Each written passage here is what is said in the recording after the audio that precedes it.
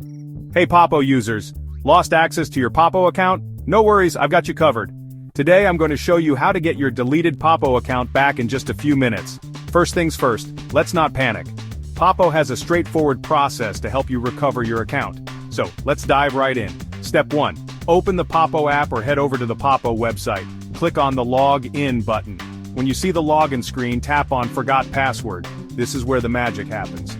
Step 2. Enter the email address or phone number you used to sign up for Poppo.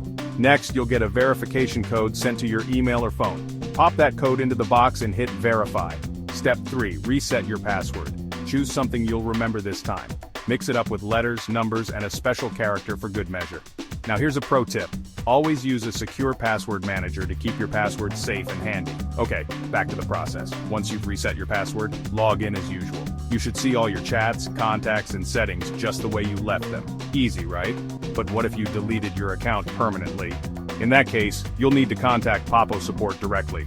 Head over to the help section on their website and fill out the recovery form with as much detail as possible. Be patient. It might take a few days for them to get back to you. So, there you have it, folks.